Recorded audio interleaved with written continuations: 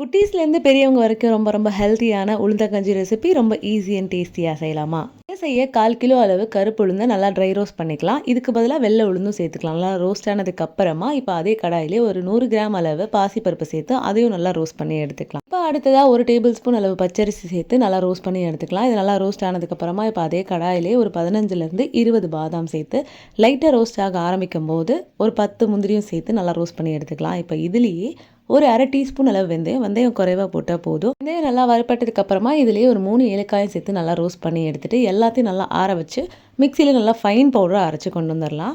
இப்போ கஞ்சி செய்கிறதுக்கு 1 டம்ளர் அளவு கஞ்சிக்கு 1 டேபிள் ஸ்பூன் அளவு நம்ம அரைச்ச பவுடர் சரியாக இருக்கும். இது கூட ஒரு பிஞ்சளவு உப்பு, கொஞ்சமாக தண்ணி விட்டு முதல்ல நல்லா கரைச்சிக்கிட்டு அதுக்கப்புறம் தேவையான அளவு தண்ணி ஊற்றணும். இது மாதிரி பண்ணிங்கன்னா உங்களுக்கு கட்டிகள் சேராமல் இருக்கும். இப்போ இதில் தேவையான அளவு நாட்டு சர்க்கரை சேர்த்துருக்கேன். நீங்கள் எந்த சர்க்கரை வேணாலும் சேர்த்துக்கலாம். இப்போ 2 டம்ளர் அளவு தண்ணி ஊற்றி முதல்ல நல்லா கலந்துட்டு அதுக்கப்புறம் ஸ்டவ்வில் வச்சு ஸ்டவ் ஆன் பண்ணி குக் பண்ண ஆரம்பிக்கலாம்.